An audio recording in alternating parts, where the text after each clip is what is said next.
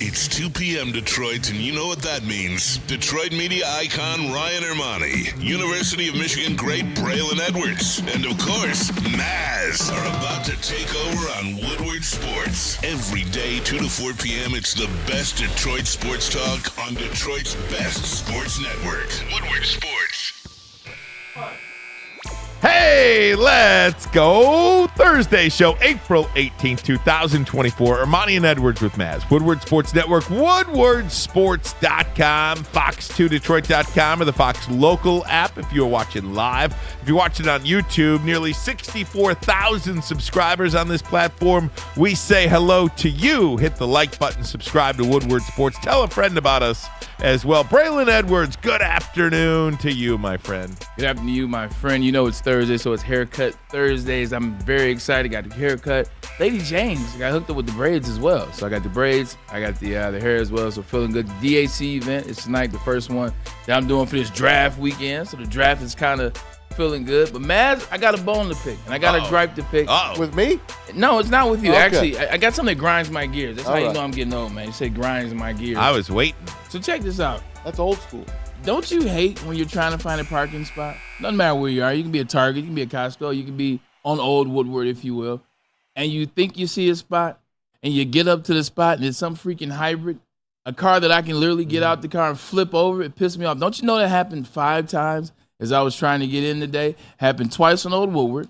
It happened once on, I always forget what this is, Maple. And then it happened another time, 2 times back over here. Sorry, man. I hate those. So then finally, done with the situation. Thought I found a good spot right on Old Woodward and Maple. Nothing individual, but I see a clear open spot. Pull up. It's a motorcycle / moped spot. Your Don't you truck know? ain't fitting there. Don't you know I worst. almost kicked that Vespa over out of frustration, but I didn't. I parked in the structure. Pull it up on the sidewalk, that Vespa. 100%, and then run the pole over. So it just pisses me off from time to time. But you know, I get it. Glad you got here, though. I appreciate that. I was early too. You know, Hey, speaking of good. parking spaces and getting old, one thing that I do every time now when I park the car, and I see it more and more, and I'm wondering if you guys do the same thing. Do you bring your mirrors in? Yes, You fold your mirrors in? I don't No. trust people. Yes. I don't trust people. I don't. And you know, I Every got the time big now, I hit the little button and the mirrors fold in. 100%. Look at you. You got a little button for your mirrors. We Not do. all of us have that little button. Well, You can tuck 'em in, though. A lot of the newer cars can tuck them in, and you can even now, Maz, in many of the older models, tuck them in with your hands. Yes, of course. I know. I'm only busting your chops. I You understand. know what's that. wrong with mine? This is Your button doesn't work. the second car in a row that I've had in the last month that has a cracked windshield thanks to 696. I got hit again yesterday on my way here. What'd you do? You following too closely? No, I swear. I'm way back. I'm chilling. I'm listening to my music, windows down, and I hear a bang. Not even a little one. Big one. Half the size of a baseball. Like the backwards letter C. That had to fall out of a truck. I don't know. Yeah, something hit me bad. Mm-hmm. That's nothing sticks in my crawl work because the whole windshield shot. It's not. You can't fill it. You can't do a repair? No. It's not good, man. No. If you get a chip, you could fill the chip. You can fill the chip. You can't fill this. thing This is not a You chip. can feel it. It's terrible. Oh, man. Sucks, man. Between- That's bad luck. Between the roads and the debris out there and everything else going on, I mean, how do you get ahead around here? You can't. I can't change a quarter, as my dad would say. No, my goodness, guys. Anywho, 1 week from today, the NFL draft in Detroit. Tim Twentyman from DetroitLions.com, senior writer and insider, will join us coming up in about 20 minutes from now, 25 minutes from now. In the meantime, tonight was to be a huge night at Ford Field. For the first time in a number of years, the Lions were going to unveil their new jerseys, but they were leaked online today. Let me show them to you. So the black uniform is returning. There is 3 uniforms that were unveiled today online: a white jersey with blue lettering, a blue jersey with white lettering, and a black jersey with blue lettering. So the Honolulu blue and silver, white and black. Those are the colors of the Detroit Lions. At first glance, your reaction, Braylon Edwards, was? I was very excited. You know, my favorite jerseys of the Detroit Lions were back in those 93 to about 99 where you got the font was better, the more squared off, more lined off like that. But they mixed it with a little bit of the swag that they have now in the coloring scheme. So I'm excited. I think the silver is back. First thing I saw the kind of jerseys that I wanted. Yeah, so first word is dope. Maz doesn't like it? Love the blue one. Don't like the white one. I hate the black one. Despise the black one. It looks like a Target jersey. Now they'll probably wear it with black pants. but maybe a black helmet. And that's what Maybe a black helmet. and that's Maybe what I I'll was like gonna- it better. And that's what I was going to ask you, man. As you look at it, sometimes it's tough when you just see jerseys because now your mind, if you don't like it, now you're picturing the worst combination with it, so you really don't like it. I give it a sec, man. Like, you know me, I'm usually not. I think the optimistic numbers as it are hard relates to read. The numbers are much easier to read. Not on the black jersey. No, Put not that on up the black again, jersey. Kenny. They'll, Put that they'll up wear again, that Kenny. twice this year. You think? Yeah, they'll wear that twice. It's an this year. alternate. Yeah. Yeah, they only Now gonna wear listen it to twice. me. You think they're tricking us? No, they're not tricking us. What happened was Fanatics. I hate the official outfitter of the NFL and Major League Yeah, that Baseball black and one. everything else. They suck. That black one, I don't like it that much. But Fanatics had an ad in the USA Today, and these jerseys were leaked. And I guarantee you, the Lions are not tricking us. They are really upset by this because they had and still have a huge production tonight at Ford Field, where they put an awful lot of work into this event tonight at Ford Field for season ticket holders. I heard they were rehearsing this for hours and hours last night and didn't get out of there until after midnight. So is that why Aleem McNeil did what he did today? So that is why the Lions posted a video from Aleem McNeil saying this. We'll get it for you in just 1 second. This is from the Lions official. The uniform video, we appreciate it. We appreciate you ruining all the hard work we put in. Video coming soon. See what number he's wearing? 54, Chris Spillman. But you see that 54 was dope. It's beautiful. That's a gorgeous jersey. Okay, so maybe I didn't look all the way at the black mask, but that's what I saw was the white, and I saw the blue, and I thought they were amazing. So what's Jared Goff doing then in this little video? So Jared Goff this must be at some point earlier in some kind of production earlier this week. Jared Goff. Here's video of Jared Goff showing off a black jersey. We'll get that. Hold on, I need to take my pictures and leak them to Twitter. Hold on, I need to take my pictures and leak them to Twitter. You hear what he says? Let me take my pictures and leak them to Twitter. And I think That's why I'm thinking maybe they're effing with us. And I think he's joking. And he's not. Like this is no joke. They are really upset. They're not happy. That sucks. You know what? Remember, when the schedule starts to come out and everything gets leaked? Right. Remember the NBA picks? Yep. Always got leaked by Woj or some other DB. And the NFL put an end to that. No more leaks. The NFL stopped the leaks on the draft. But now, and then today, the Houston Texans got leaked as well on a helmet. I'll show you that later. But why can't people just shut this many because there's too many people involved. There's too many people with access involved. Too many people that want to make a name for themselves. I think more so that's what it is. Too many people want to make a name for themselves. Everybody likes the right that they leaked something, that they gave up something, that they got the information, and they were the ones that presented it and it got out. You know, they were the one to the masses. It sucks. You know what it reminds me of? You remember when the Wolverine movie got leaked? Like all that money that Sony spent in that studio, and Sony was pissed. They lost about $40 million over the first 2 weeks because that movie got leaked. Wolverine with Hugh Jackman, the first one he came on himself. It sucks. They put a lot of effort into it. My girls, niece, nephew, and husband are going down there to the reveal. For what now? You know, Fanatics, too. I mean, you're going to be able to buy all this stuff on Fanatics tomorrow. They get their stuff out there. They want that stuff sold, and it will get sold.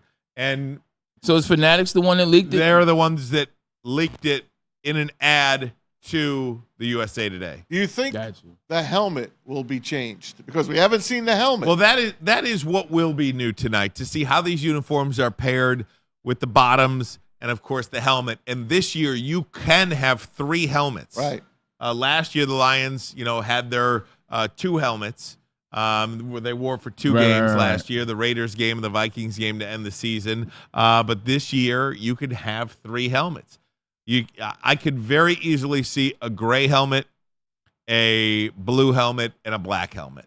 I think they're going to surprise us and bring back as the 3rd helmet the plain, shiny silver helmet with no logo on it as a game, maybe for Thanksgiving. Like the Lions, remember those uniforms? Mm-hmm. They were just gorgeous blue jerseys, silver pants, blue socks, and the silver helmet. That was a great look back then. I hope that's the 3rd helmet, if you're asking me. I know you want a black helmet or a white helmet. Well, I think the black on black would look great. Yeah. I'd like a white helmet with the white jerseys, but I think you just go with the gray helmets with the white jerseys and all of that. Go ahead, Bray. What is something that could be different that you wouldn't mind, that you would be open to? What is something that, out of the realm of mysterious, I don't know, like a stripe, or just as an example, what is something that you can see on this uniform that would make it better? Or something just different? I like the uniforms. Right. Well, like to be honest with you. Well, not make it better, but something that they could try. It's interesting because when we talked about, you change your uniform, you get to the Super Bowl. If you think of these dramatic differences in uniforms, from the Denver Broncos orange and blue to what they have now, to the Tampa Bay Bucks and the creamsicle uniforms compared to what they have now.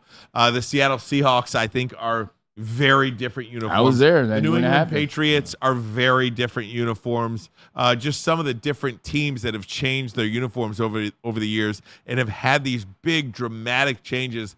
Initially, when we first talked about this, I think it was before last season, actually, when the Lions weren't very good. I wanted one of those types of dramatic uniform changes because, the only thing that Lions uniform has resembled in the past is losing. Yeah. But that's not the case anymore. After getting to the NFC Championship last year, winning 2 playoff games, winning the division, I am glad there isn't that dramatic change, dramatic to the color scheme or dramatic to something where you really don't know that is the Detroit Lions. Like you turn on the TV, who's this team playing? Right. And everybody doesn't know it's the Lions. Yeah, I definitely agree. I love the uniforms too, man. I told you I love that 90s, 92 kind of when they were in the NFC Championship back then. Those years to about 99. It looks dope. And I think it's only going to look better once you get on the field. Like you saw that quick snippet of Aleem McNeil. That 54 in that jersey and those shoulder pads, man, look really good. Wait till you see the pants. I think that's the last thing for the reveal tonight is the pants and how they're going to mesh these jerseys up. 54 should be retired, by the way. Nonetheless, I'm glad they got rid of the gray. I don't want those pajamas anymore.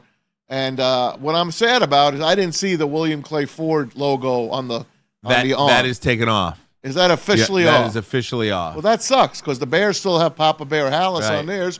It's a history. I mean, Sheila already got rid of Ford out of her name. Now she's getting rid of her dad's patch. Well, the patch was right here on the chest too. The William Clay Ford was a patch on the chest. It was on a sleeve. Was it really on the sleeves? On the sleeve.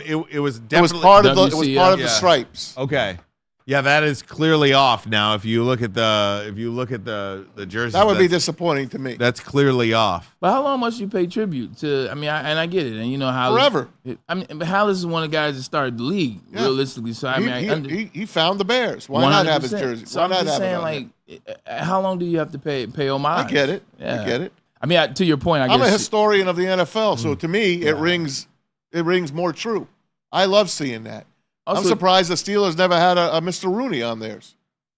Tell you the truth. Maybe he's an individual that didn't need that claim. He didn't need it on the jersey in terms of the team knows who's found it and who won the hand in the poker game, if I'm correct. Yeah. That's how he actually won the team in the poker hand, won the rights to the Pittsburgh Steelers. But I agree with Ryan. I like it's changed, but it's not that much. When you turn that TV on, you're going to see the Detroit Lions, you're going to know who they are. Yeah, absolutely. And who you saw today is Brad Holmes. Brad Holmes spoke to the media earlier today and had about a 25-minute session with the media. And I watched all of it this morning, guys. And one of the things that I took away from that press conference was just how different the Detroit Lions are today from when he came in. Braylon, he talked about the fact that in drafts past, and there is a difference between drafting at the top 5, top 10 of the draft, and then drafting at 29. It is much different, but they're doing so because they have a much better roster. Over the years since he took over, and I believe this is his 4th draft, Yes. with the Detroit Lions. In years past, it was, hey, we are so devoid of talent on this roster, we just have to take the best player available. And to a large part, they're still going to do that. But now you don't have to. Now you can be a little bit more direct in some of your needs. So he did talk about the difference between drafting when your team virtually has no talent to when your team is filled with talent. There is a difference. There definitely is a difference. I think when your team is consistently bad, like you're the Detroit Lions of the past, or you're the Cleveland Browns, or your insert team here, like you're going to be drafted in the top 5. The top 5 is usually Ryan Ermanni. It's where you're not going to be wrong, especially if you already have a quarterback. So you can get lucky and win in the top 5. But when you're drafted in the top 29, in the top 30, this is when you really got to do your homework. This is when you really got to vet these players, watch the films, and you got to ask around about that guy or that person. But the good news is teams do it all the time. The Patriots, they did it when they drafted Rob Gronkowski when they were already at the top of the league. You look at the Kansas City Chiefs and the moves that they've made over the past 6 or 7 years as they've been at the top of the AFC. They've still drafted quality guys at pick 30, at pick 31, at pick 32. That's because Veach from the Kansas City Chiefs does an amazing job. Much like we have Brad Holmes here now, and I think we've already seen what he can do in the draft, like you said, over the past 3 seasons or 3 drafts. So it's going to be easy this time around because they vetted. This is the type of moves they make anyway. The type of people that they draft to the Detroit Lions, they have been scouted. They have been interviewed over and over and over again. The film has been watched time and time and time again. That was already how Brad Holmes approaches it. So this is a walk in the park for Brad Holmes, realistically. He was asked 2 different questions today at one point because they are so close, or the belief is that they are so close to a Super Bowl. What are the odds of trading up to get a player that you want? Is that player going to be up there, maybe in the high 20s? He's not going to 9 or 10 or something like that. He's not building. He's not blowing the draft capital to get up that high. But could you see a situation where they identify a player and he goes and trades up? He was also asked about trading down and what the reaction would be like if you had 150,000 Detroiters downtown. And I've talked about this before. In fact, I've said that I will quit this job if at 11:30 p.m. next Thursday night, if they come to the podium and say, at pick number 29, the Detroit Lions have traded the pick to whoever. Right. They will now pick tomorrow night in the second round. I just can't see that happening. He says it is on the table. And again, everything is on the table. It's 11 o'clock at night that time, too. Right. When pick 29 That's comes. what I said. We're going to be waiting all day. All day. Right. Pick 27's up. It's almost time. The Lions have traded pick 29. You know what? At the end of the day, you got to trust Brad Holmes when he say everything's on the table. I believe it. Look, they've traded back. They've traded up. Last year, they got Jahmyr Gibbs because they moved back. The year before that, they got Jameson Williams by moving up.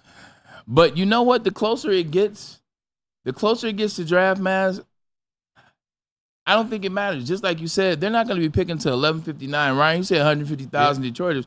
There will be a total of blah over the course of a weekend. But at 12 o'clock or 11:59 on Thursday, you're talking 70,000 people, and 15 to 20 of them be for the Detroit Lions, maybe 30 would be for the Lions. So I don't know if it's a letdown at 11 o'clock, 11:59. If you make a move that lands you 3 second-round picks, or you get 2 2s and 2 3s, or whatever the deal would be, I trust Brad Holmes, and it's always about adding more capital. If you're not moving up to get one of these edge rushers, there's only a couple, and that's why I keep talking about Latu, as well as Jared Verse. If you're not going to move up to get one of those guys, why not move back and use your first to get 2 2s and a third or something along those lines? He's moving up. I'm putting it down right now. He is moving up in this draft. I'm telling you. I know he's moving up. If you play, you gonna disagree with me? Well, I look, and I hate to walk the fence on this, but I think he's just going to play the board. If you look at any mock draft, and we'll talk about Dave Burkett's mock draft today in just a little bit. If you look at any mock draft and you see, and again, regardless of what you think about the mocks, there are just a block of players connected to the Detroit Lions that you see going at 35. You can see them going at 38. Yeah. Some of them are going at 40. It's you know, true. I mean, so if you're sitting there and then you see some guys connected to the Lions that go at 19, go at 20. Yeah. So, I mean, if that player is there at 22, let's say, if Latu is there, you know, how do they feel about Chop Robinson? You don't know. Maybe they got to get up to 24 to get Chop Robinson. I don't know. Someone's going to fall to them, and they're going to move up. Let me say this. I believe the Detroit Lions will not be picking at 29. I think they're either going to move up or they're going to move down.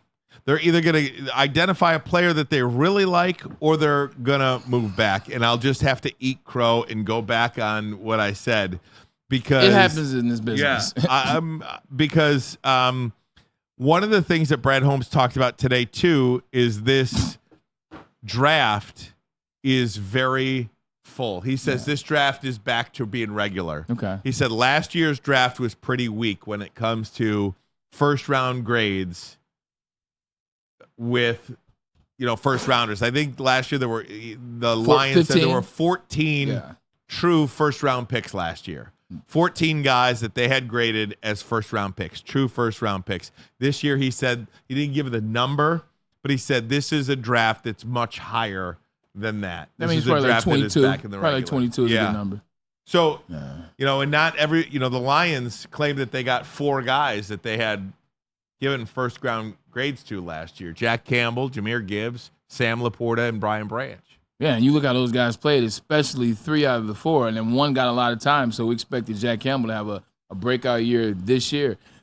You just love Brad Holmes in terms of being able to locate talent, spot talent, recruit talent, and make it make sense for the Detroit Lions, make it make sense as it relates to how this culture has been conducted here over the past 3 years, and this will be year 4 under his regime. So I'm excited to see what he comes up with. I mean, heck, I'm going to be there in attendance, so it's going to be fun. So I'll let you guys know what the atmosphere is like as it relates to Detroiters that Thursday. But yeah, you want to see a pick in the first round, but by it being so late, I'm telling you, they could do some magic. 2 threes, 2 twos, and a 3. I'm taking it. What do you think is more likely of happening, They're Maz? going up, bro. Going up. I know they are. I just know there's going to be a player that drops into the 20s, early 20s, and Brad Holmes is going to say, that's our guy, and he's going to trade that number 29 pick and maybe a 4th round pick or something like that. He'll figure something out. He will finagle it. He ain't giving up those 2nd and 3rd rounders. Yeah, 3 picks inside the top 92, I want to say Lions still have. I mean, the only problem about it is there are some good players in this draft, but what are you willing to go up and how far are you going up? Because I don't think there's a player that you want to go up to 12 for, like they did with Gibbs last year, like they did with, not Gibbs, but Jamison the year before.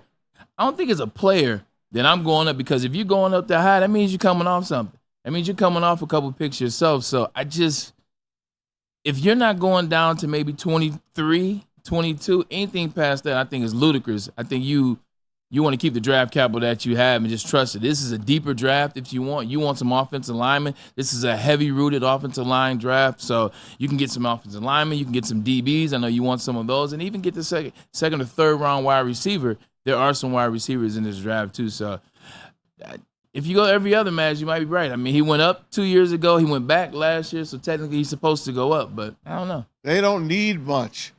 They're going to win a Super Bowl this year. They're going to compete for a Super Bowl this year. If that player if that player that you love is there and you got to give something up, go get him. Because if you're believing in what you do, and we all believe in what Brad Holmes has put together, that's his thing. This is his Super Bowl. The draft is his Super Bowl. Who gets more excited about a pick than this guy? You know, more so than free agency, more so than anything else, you just feel so comfortable that Brad Holmes is going to pick the right player or players for this team. You know, whether it's in any pick is ammo, for lack of a better way to say it, for Brad Holmes. I mean, you could go to the 6th round and pull out Malcolm Rodriguez as a major contributor to this team. Big time. Maybe, teams, yeah. maybe when this team got to the NFC Championship game, you know who found his way to the field and got an interception? Malcolm Rodriguez. Derek Barnes. Plays Derek Barnes is another one. Yeah. Amon-Ra St. Brown, we point to Fourth him. round, yeah. What about Brian Branch in the second round? Each round, you can find a player that has contributed to the success of this team over the last 3 years. Colby And- Sorsdahl is still up there. Absolutely. We're going to see what he can do. And that also goes to, potentially not having to go up. Now, look, if he went up, I'd be excited because I knew he knew what he was doing. But if you look at it, you're talking about they got Brian Branch last year. He waited. He fell to him. They got Sam Laporta in the second round. Definitely should have been a first-round tight end. Everybody knows that now. But I'm just thinking that there's some players in this draft. You can let the chips fall. You don't necessarily have to move up and give up. Like Maz said, I'm gonna flip the coin on you. You said they don't need much. Exactly. That's why you don't necessarily need to move up and give up more than. Unless that player that's on your board is 5 picks ahead of you, what you're picking. And that'll depend on, that'll be scenario, that'll be situational. Because I think if you get to a situation where you got somehow Jared Verse, he slides, and now you're on, now somebody's on the clock at 23 and he's still there. Okay, I'm moving up to go get Jared Verse. Like I like that. I'm moving Chop. up. You like Chop? I'm not moving up to get Chop. Okay. I got a sneaky feeling that Chop would be there at the Lions pick. Like the majority of the mocks that we've seen, he's there at the pick. I'm only seeing 1 or 2 where he's drafted, and it's only 2 or 3 picks ahead. I How think about Chop that would be special there. corner that you want? Is he like? I think you got a chance to have him there at 29 as well. I don't think I'd draft Mackie Sanders still at 29, but I think he'll fall to you in the second. I've seen him in the third round. And that- Sanders still. Sanders still is You're going not to taking him in the first round. If they take him in the 100%. first round, I'll be like, okay, good. Right. I mean, I will be too, but Yeah. I I don't think you need to give up draft capital. I think you need to take the chips as they are because it's there for you. guys, let's take a break. When we come back, expected to be joined by DetroitLions.com senior writer and insider Tim Twentyman. We'll do that next, but first a message from us here at WSN and our draft party. All right, guys, you know it's next Thursday and Friday and Saturday. Make sure April 25th and 26th you join us, the entire Woodward sports family. We're going to broadcast the first 3 rounds of the NFL draft. We're going to be downtown at the corner of Woodward and Adams at the 313 Draft Party, presented by Feiger Law. All we do is win. 21 and over, free to everyone. Party starts at 2 p.m. on Thursday. Live draft coverage begins at 8 p.m. We hope to see you downtown at the 313 Draft Party. Special thanks to Soroki's and Glorious. That's right. While the world watches Detroit, we will show the world how Detroit parties at the 313 Draft Party. We'll see you next Thursday. To any Lady Jane's Haircuts for Men and claim your throne for a king's treatment from one of our talented stylists. Hey, Open we 7 coming days back a week. Planet Walk in Fitness. anytime. Just get to a Lady Jane's today and receive a precision haircut, scalp massage, hot lather neck shave, and a hot towel treatment. A haircut should not be a chore. It should be an experience. And that's exactly what Lady Jane's has to offer. Open 7 days a week. Walk-ins are always welcome. There's always a location near you. Lady Jane's Haircuts for Men. It's wicked awesome. Where's the most convenient place to get that big fitness energy? It's Planet Fitness. Join today for just $1 down, $10 a month. With over 2,400 locations and equipment for every workout, you can get in, get energized, and get going. And with free fitness training and most clubs open 24 hours, everyone belongs in the judgment-free zone. So join today for $1 down, $10 a month, no commitment, cancel anytime. And with the first pick in the 2024 media draft, Detroit selects Woodward Sports. Thank you for making us the #1 digital network in Detroit.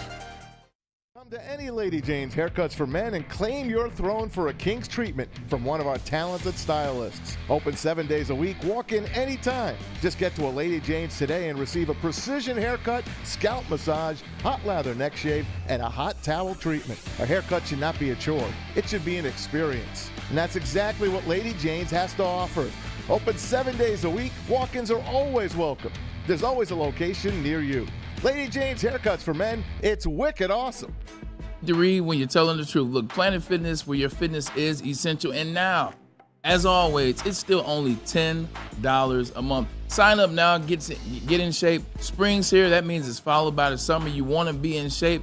That's why I work out at Planet Fitness, as you should too. Also, it's home of a squeaky clean gym. Squeaky squeaky clean, Jim. You want to be clean, they're squeaky clean. And then last but not least, it's a judgment-free zone. Everybody wants to work out, but you want to work out at your own pace, through your own machines, take your own time. Well, guess what? There's no judgment here at Planet Fitness. Your fitness is essential. Essential. All right, welcome back, Essential. Woodward Sports Network. KG's in the TD booth for us today. Going to let me know when Tim Twentyman is with us. Expected to be joined by him momentarily. Good buddy Mike over here, Silent Mike. Is that Silent what we Mike. say? Silent Mike in the audio booth. And speaking of the devil, there he is. Legend. Tim Twentyman, DetroitLions.com, senior writer and insider. Tim, how you doing today? A lot of excitement in the building, I'm sure, today, huh? Yeah, there's quite a bit going on. You know, Brad had his presser today. Somebody told me some volume. uniforms are rolled out or something today too. So yeah, it's busy around here. Oh my gosh! I got to tell you, you know, I'm surprised he doesn't have his New Jersey on. Right. I recognize those digs, by the Tim, way. if I don't know what you can and cannot say about this being in the building, but what is the mood in the building when you have this big event tonight, and then all of a sudden you have this leak? And I do feel bad for the organization when you put so much work into something and then that gets leaked out there. Well, I thought our social media department handled it great. You know, they had fun absolutely with did. it. They had some videos, obviously, you know, prepared in case. Because I think this happens a lot when teams do these kind of reveals with the uniforms and stuff. So, look, they were prepared. They had some fun with it. I think it was kind of inevitable. I think that at least history of the league doing these and teams doing these, I think they usually leak and come out. So, but no, it was kind of, I'm glad they had fun with it, had a couple videos prepped, and it'll still be a great event tonight and fans will still enjoy it. Tim, been a long time. How you been, man? Good, man. How you doing, Brad? I can't complain, man. I'm good. I'm excited. Even with the leak, the jerseys look amazing. I especially love the blue, the gray. I'm really glad that they went back kind of to that 93 vibe back with Barry Sanders and Chris Spillman. As you see, Lee McNeil wearing that 54. A week from today, it all starts here in Detroit. What is your feel about the 29th pick? We were sitting here talking ad nauseum over what are they going to do? Do they trade up? Do they trade back? Do they try to get picks? Do they try to go snag a Jared Verse? What do they do? I think everybody's trying to ask that question. You would know a little bit more than everybody else. Well, I think they've got options, and I think that's the great thing. And, you know, drafting at 29 is a little different for Brad. You know, he's had a top 10 pick each of the last three. He's had 2 picks in the first round the last 2 years. And I think at 29, what he can do is just let the draft come to him. I think the roster is at its best point in his tenure heading into the draft. And so you can sit back, see how this plays out, and kind of just let the draft come to you and trust your board. That's one thing Brad is always going to do is he's going to trust his board and he's going to take the best player available. He's not going to reach for a need. He's not going to reach for a position and pass up a better football player to fill a position. That's not how he approaches the draft. So he's just going to trust his board. And I think if I was to make a prediction, I would not be surprised at all if it ends up at the end of the first round there being a group of maybe 10 players that he has graded pretty equally, and he moves out of the first round and gains another asset. I think that would be probably the most likely scenario in my world. And if he picks, it's just going to be the best player available. And, you know, maybe a name that might be there is a guy like Graham Barton from Duke, you know, a really versatile offensive lineman that can play all 5 spots. You know, this is a really good offensive line group of a class and a really, really good wide receiver class. And I would not be surprised if one of those guys at 29 is the best player on, Brad Holmes's board. And a guy like, Graham Barton kind of just fits everything that Detroit's about, in my opinion. Heard that, Mass? I did. Tim, I I opened up my big mouth about a month ago, and I said there is no way that Brad Holmes is going to leave the fans of Detroit hanging. I would quit this job if Brad Holmes trades out of the first round. And I'll tell you what, the more you look at this thing, the more you see these players all grouped together, the more it does seem likely that they would trade back instead of picking at 29. I do feel now that is almost a better than 50% possibility. Well, I think when you look at last year's draft, too, I mean, look at the talent and the production that they got in the second round. Yep. I mean, you got a guy like Brian Branch, you got a guy like Sam Laporte. I mean, those are two guys that came in and really helped you out. And so there's still a lot of quality players there in the second round. If you can add another one or add a third rounder, and you only move back a few spots and you still have a similar grade on all these bunch of players, I just think that's the smartest move. I get it. It's in Detroit. I know the fans will be disappointed, but something tells me they'll have a few pops in their system, before that, and they'll get over it. Brad Holmes even apologized today if that indeed does happen. I think it's a possibility. I think anything can happen because Brad Holmes and Dan Campbell have done such a good job of setting themselves up where they can just let this play out and trust their board. And that's a great spot to be in if you're the Detroit Lions. Hey, Tim, let me ask you a quick question. We make so much of if they're going to move up, if they're going to move back. Do we know who the Lions may have in their scoop? Is there a couple players that you may have heard about the Lions liking, be it workouts, be it film, be it a Senior Bowl or something like that? Are there a couple players around that pick that you know for a fact the Lions have in their gaze?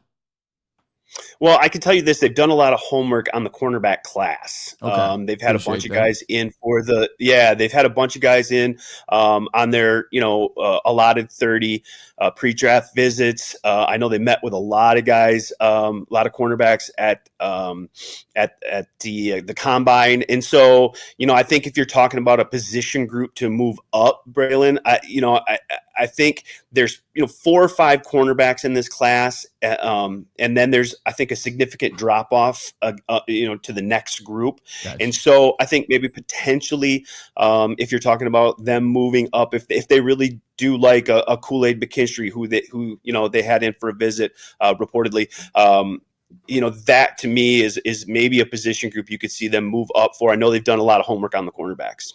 Hey, Tim, I also wanted to ask you, obviously, about offensive line. Look, it's the identity of this team. You mentioned the Duke offensive lineman as well. Taylor Decker is, an older player, still very productive, one of the best still at left tackle, but he is getting up there in age. Had surgery. Frank had surgery this offseason. Yeah. Frank Ragnow. I didn't realize until after the season, and we had some of those exit interviews, that there was a consideration that maybe Big Frank would hang him up. So even though that decision wasn't made this year, is it next year? Is it 2 years down the line?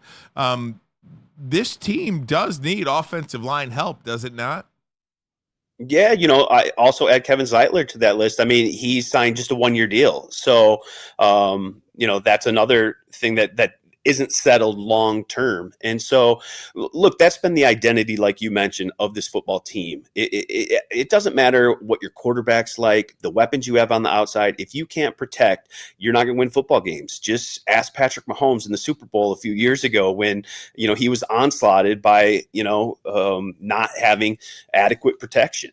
And so, look, this team wants to run the football, protect Jared Goff, and that's been the recipe for success. I think they could go tackle in this draft. I certainly think one of the top interior offensive linemen there at the end of round 1 certainly makes sense. I think there's some guys in this draft, when talking about Barton in particular, he played center at Duke and then he played left tackle. I think he could legitimately play 5 positions in the league. I think he's an interior guy, probably more center guard, but with the numbers, roster numbers on game day, you can only have 46. You've got to make some tough decisions there. You have some injuries.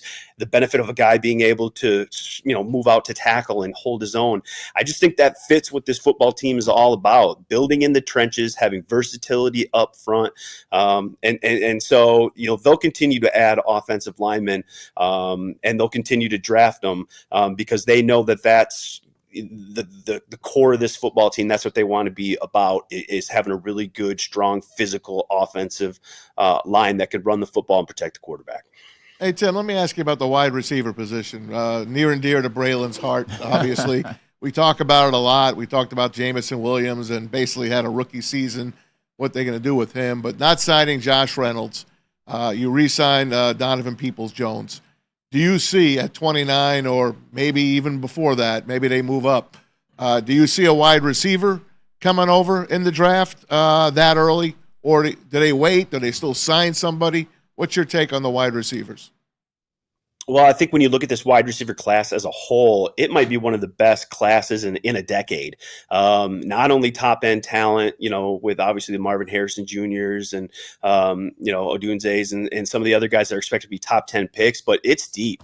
I think you're going to get a guy that can come in and contribute well into late into day two. I think it's that deep of a class. So wow. I think certainly there's a chance that a wide receiver is on the top of that draft board. Maybe a guy like Adai Mitchell from Texas, really talented guy. Xavier Worthy, obviously, after what he did at the combine. But I think if you really fall in love with one, you can take one. And to your point, Detroit does need one. Khalif Raymond is in that mix too. I think he's a guy that a lot of people forget about, but they could certainly use a guy on the outside with size. I think that was what kind of Josh gave them, receiver with size, made tough catches over the middle. I think if they can get one of those guys, add some height, some size, some length, some catch radius to that room, I think that's something that they'll likely come away with in this draft. But it's such a deep class that I think if you love a guy at 29, great. But I think you can find a guy on day two that's going to come in and be a number 2, number 3 type guy, be very serviceable. And so I think you've got options at receiver. And I can't let you go without asking about my favorite position. Kicker. The kicker. Okay, I know they've got Michael Badgley. They re-signed him. He's going to compete. He's going to lose, but he's going to compete. Are they going to sign somebody like a Jake Bates? Is there a kicker out there that they'd get that they could draft, and where would they roll the dice with that? UFL guy? Yeah, Jake Bates is the UFL Michigan Panthers kicker. See if Jake Bates can consistently kick them, inside 48 yards. I know the 62 and 64 get the headlines, but to be a kicker in the NFL, you make your money on making sure you hit all those from 45 and in. So let's see a few more of those before we go that route. But it's funny, actually, I put out an article this morning, 5 kickers who could interest the Lions. It's on DetroitLions.com right now. So I go through, a bunch of kickers. It's a pretty good class of kickers. There's some experienced guys, some big legs. Look, Brad Holmes has had 2 kickers in training camp every single year he's been here. I would expect them to bring in another guy. I don't think this is, a draft where you're picking one in the 3rd, 4th round, but I think, look, you've got 2 6th-round picks, right? I think, taking a flyer on a kicker, late in the 6th round, in the 7th round, even an undrafted, free agent, they're going to add another kicker to this roster. Just whether that's a veteran or a rookie, we'll have to wait and see. But they could certainly find one. There's some good ones in this draft if they want one. Hey, Tim, before this is my last question for you. I know the free agent period, the big part of it is over. It's still continuing. Do you see the Lions picking up another free agent? And what's your take on who they got so far? Yeah, I love what they did on the defensive side of the ball, especially DJ Reader. I think when you look at DJ Reader and you look at Lee McNeil, now you've got 2 guys that were both ranked in the top 10 by Pro Football Focus in terms of run defense. I mean, you're building a wall on the interior of that defensive line. I think he was an exceptional addition, and I think he makes everybody up front a whole lot better. I think maybe one position that people haven't talked about a lot that they're still a little thin at is safety. Obviously you love Kirby Joseph, what he's done the last 2 years, how Fatu Melifonwu, came on strong at the end of the year. But after that, you maybe have one. Brandon Joseph, I think, is the other, true safety. Excuse me. I know they, cross-train Brian Branch to play some safety. Excuse me. They kind of slowed that down a little bit last year just to let him focus on the nickel. I think in his second year, they'll do that again. But look, we all watched the games last year. He's best in the nickel. And so, I would not be surprised, guys, if there's a veteran add at safety just to help improve those numbers a little bit. Something happens to Kirby, something happens to Fatu Melifonwu. You don't have a lot of experience there behind them. How about Tracy Walker? Well, that's what I was just going to ask. You posted on Instagram, and I'm back at Detroit Metro Airport. What do you make of Tracy Walker? Yeah, a guy that obviously they're familiar with, a team guy. Obviously things didn't go the way he wanted to last year, but he was a man about it. He was still great in that locker room. Provide something on special teams. I think that certainly could be an option, but I think they'll explore outside of that, I think, as well too. And I wouldn't be surprised if they come away with a safety in this draft too. Tim, last thing, extensions. Jared Goff, Amon-Ra, St. Brown. Should we expect those anytime soon? Is there any doubt the Lions get something done with both players in a relatively short period of time? I don't know about the timing. I think when you start looking at deals with that kind of money, that kind of year, that kind of language, I think it gets a little bit complicated. But I would certainly expect both those guys to be signed by the start of the season. I'd be surprised if they wouldn't. Something in the summer maybe makes sense. We've seen some of those deals before with Brad and guys come kind of right around training camp and right when they're getting back. So I wouldn't be surprised by that. I wouldn't be surprised if something happens next week. I think, they've been in conversations with both Jared Goff's agents and Amon-Ra St. Brown's agents. I think they're hashing those out. I think all sides are in agreement in terms of they want to be back. It's just finalizing numbers, and some of that's complicated, but I would expect both those guys to get done at least by the end of the summer. Tim, can't thank you enough for your time. Thanks, Tim. Really appreciate it. always. Love your stuff on DetroitLions.com and great content on there. Will Reichard, by the way, is the guy that I would go for, Alabama kicker, part of Tim's column there as well. Thanks, Tim. We appreciate it. Thanks, Tim. Appreciate you, Tim. All right, Tim Twentyman, check him out, DetroitLions.com, senior writer and insider, on Twitter, on X at T20man. So some good stuff there. And guys, it does seem like a likely scenario that Brad Holmes trades out of that pick. No way. I do believe No way, Ryan. No freaking way. I think it's more likely they trade back than trade up. All right, what are we going to put on this? Nothing. I don't bet. All right, fine. Ray, how about you? We can do lunch. I'm down. I'm down for. I'm saying they're going up. They are going up. They're trading up. I said I can't do two, but they're either going to stay at that pick or go backwards. I think draft capital is key, and I think you heard it from Tim Twentyman as well. They're very close to where they want. That's why you don't need draft capital. But that's why you also don't need to F go those up. picks. Yeah, how's that working for them now? Like at the end of the day, I'm telling you, this draft, as much as people say it's good, it's no reason to go up. You either stay at that pick, you get an offensive lineman at that pick. You heard it. You get offensive lineman at the pick, wide receivers at that pick. You can get DBs, they're at that pick. These are things you all can add that can help out. You either get rid of some picks, you go back, or stay there. I like what he said about the wide receivers, though, that you could get a bona fide number 2 receiver in the second, third round. That's that. I mean, if you look at it, that's good. If you look at it, yeah. And I'll just throw one of our guys out there. And Bray, you tell me. I look at Roman Wilson, and I say this guy can do anything. He could. And you can get that guy in the back end of the second round. Hell, maybe the third round if he falls. But that's a really good player that you can get in the second half of the second round, minimum. Do you remember how good he did in the Senior Bowl with those one-hand catches and all? And they look at the playoffs. They brought Terrell Williams in, the coach of that team, and he's going to be coaching the defensive line now. You don't think Dan Campbell? He's telling Dan Campbell, this guy is real, man. See, this is the thing. People make so much about J.J. McCarthy, you included, Ryan and I, talking about, it doesn't matter about him necessarily not throwing the ball. We know the talent is there. We know the skill is there. We know the potential and the upside is there. You're absolutely right. You know who else? Same goes for Roman Wilson. It's the same thing. We didn't get a chance to see him be able to get out there and work the routes and get open and catch 900, 1,000, 1,100, 1,200 yards. He had 10 touchdowns, but he had 600 yards receiving. If he played at Something crazy USC with Caleb Williams, he's a first-round pick, maybe a top 15 pick. And he's 1,300 yards in the game, and he's 13 touchdowns. If he's at LSU, he's one of those guys. He's under Malik Neighbors. So I think he has a huge upside. I like that in the second round. That's why I'm saying you don't have to do anything with that pick. You can get your DB at 29, you can get Roman Wilson in the second round, and then with pick 92, whatever the heck you are in the third round, you can get another player. You don't necessarily have to move at all, and I think that's what's killing us because he either moves up, he moves down. Maybe this is the first year he stays put. What's the biggest deficiency on this team that you guys see right now? Where is the biggest hole? Corners. Corner. Yeah. Second, Corners.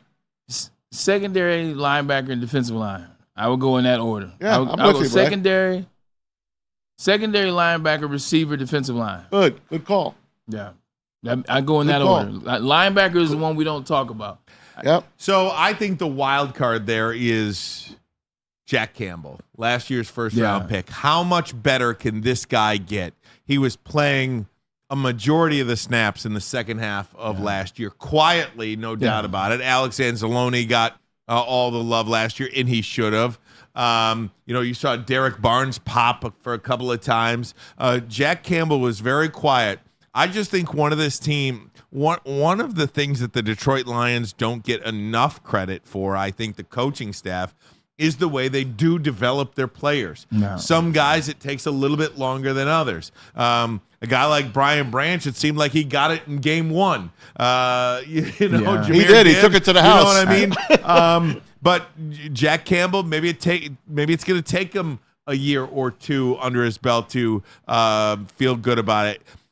Brad Holmes and Dan Campbell saw something in that kid that they felt he was worthy of a crucial and a critical pick at 17 in last year's first round, when there were a number of players on the board where you're like, oh my God, they passed on this guy for that guy? You couldn't imagine it at the time. But I go back to this. Your career is not made in the first year of your life in the NFL. It is up to you. Have to be in the right situation. We believe the Detroit Lions are the right situation for any player to come to this organization, to come to this team. And Jack Campbell is a guy that I think the tutelage, the coaching staff, the pedigree of some of the people in the organization, I think it's going to be a big year for Jack Campbell. And if I'm wrong, I'm wrong, but I believe everything is set up for that to happen. Yeah, I disagree, but at the end of the day, I'm allowed my. I disagree. I disagree. I'm allowed my opinion. I know My that. thing is, Jack Campbell, like you said, Jack Campbell drafted high in the first round. He's a first-round draft pick. We talked all this about measurables. I told you then, and I'm gonna tell you now. The majority of middle linebackers in this league, they're not 6'5", they're not 260 or 655, wherever the heck he is. They're laterally inclined. Like you look at the linebackers from Eagles a couple years ago, side to side. When you look at Fred Warner and Greenlaw side to side, Greenlaw got hurt in an NFC Championship game, but I just didn't see that. When you're drafting a guy that high, I want to see it. It seemed like when he got in coverage, he was out of space. So it seems like he was a little bit slow, which you can give a rookie. It takes time. I played this game, and I know it takes time. But with that being said, at no point this season did I see something that was reflective of that pick. Just like you guys said about Jameson Williams, same thing for me with Jack Campbell. You walked off last year, I remember. I did, and I stand by it. But with that being said, the defense will be better. And when the defense is better, when the defensive line is better, it makes the secondary level better, which is the linebackers, and it makes the secondary better. And they did get the secondary better, it seems like, in this offseason. So maybe with the benefit of DJ Reader, maybe with the benefit of Davenport, maybe with the benefit of a healthy James Houston and what they did in the secondary, maybe Jack Campbell is allowed to blossom and is allowed to mature and grow in this defense. I hope that's the case. I still stand by what I said last year. I just don't see it, at least not yet.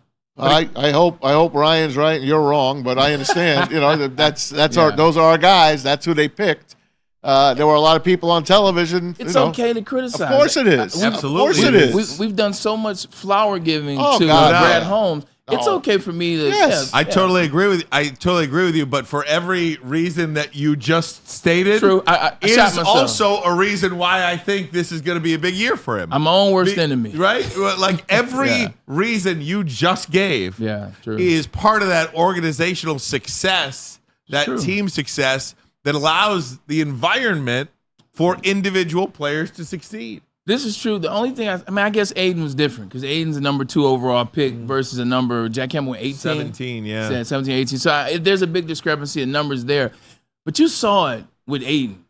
Like, we knew at some point, we said, you know what, I see it. We just got to get him some help around. Like, you see it with Brian Branch. Ooh, I see it. We got to get some more depth in the secondary, but I see it. Jameer Gibbs took a little time. They had to figure out how to get him the ball. But when he had that first game where he really played, where he started, when Dave Montgomery, you're like, okay, I see it. I just haven't had that moment. Even with Kirby Joseph 2 years ago, you're like, oh, okay, that's a heck of a third-round pickup. I see it. Just with the Jack Campbell, I just didn't have one moment where I said, I see it. There's a name I'd like that I think needs a little bit of a bounce back. Sophomore season, slump. and that's Kirby Joseph. Yeah. I'm like, what happened to that progress last year? Maybe that was a little bit C.J. Gardner-Johnson. Maybe that was a little bit Brian Branch. Yeah, true. You know, You're allowed to Tracy take a Walker step fighting back. for his but job, too. It would be nice if he took a step forward. He was dealing with some injuries last year as well. I think that kid is going to be a terrific player. Like Braylon said, it looks like he's got it. And I like what T.J. Hawkinson came out because he knocked T.J. out for the year, hit him in the knee, and T.J. went out with an ACL injury. But T.J. came out and said that ain't his fault. NFL's going to do some stuff with the rule changing and stuff like that. He said, I'd rather have a concussion than an ACL injury. That's what he was saying. So he wants players to hit a little higher than go after the knees. But he did exonerate Kirby Joseph, which I really liked. I thought that was really nice of him because he was getting a bad rep. Remember Matthew Stafford and those guys were talking about him as well. So it's good that TJ said what he did. Guys, we got a phone call. We'll go to the phone lines right now. 313-552-6322 if you want to get in. Let's go to Big Trek. How you doing, Big Trek? You are on Woodward Sports Network. What's up, big guy? What up? What he do? What he do? What do? What up, though? What up, though? Baby. Killing it, baby. Yo, I feel you, Maz, on the black jerseys and the black helmet. Yo, for real, we need a kicker, man. Another Charlie Brown and Lucy. We also need a shutdown corner.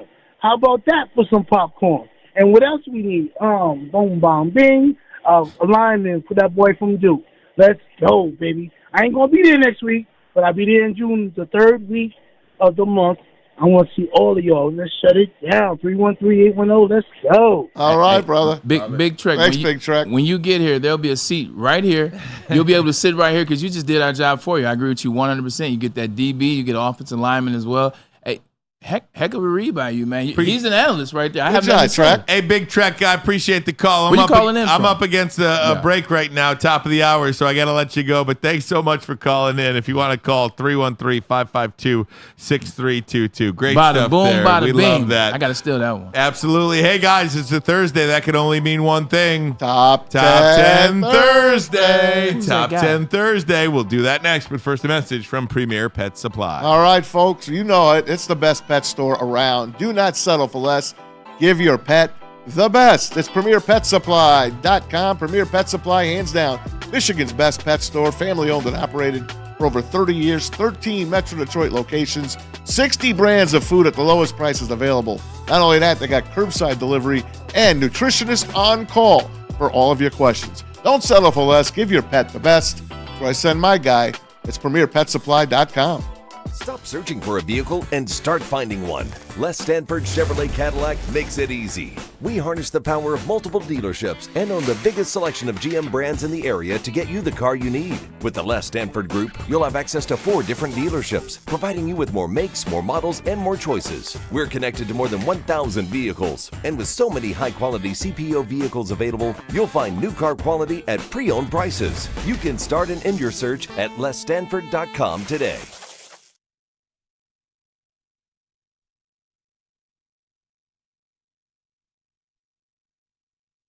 Where's the most convenient place to get that big fitness energy? It's Planet Fitness. Join today for just $1 down, $10 a month. With over 2,400 locations and equipment for every workout, you can get in, get energized, and get going. And with free fitness training and most clubs open 24 hours, everyone belongs in the judgment-free zone. So join today for $1 down, $10 a month, no commitment, cancel anytime.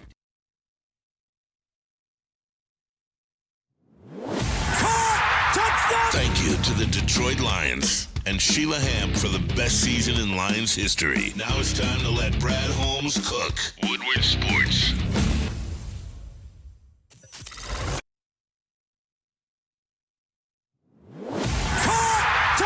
Thank you to the Detroit Lions and Sheila Hamp for the best season in Lions history. Now it's time to let Brad Holmes cook. Woodward Sports. Congratulations to the real Coach of the Year, Motor City Dan Campbell. Just put your head down and go to work. It's about to be fun, man. It's about to be fun. Woodward Sports. What's good, man? How you doing? What you got for me today? Let's have a look, man. I see the one I want right there. That's the one I'm looking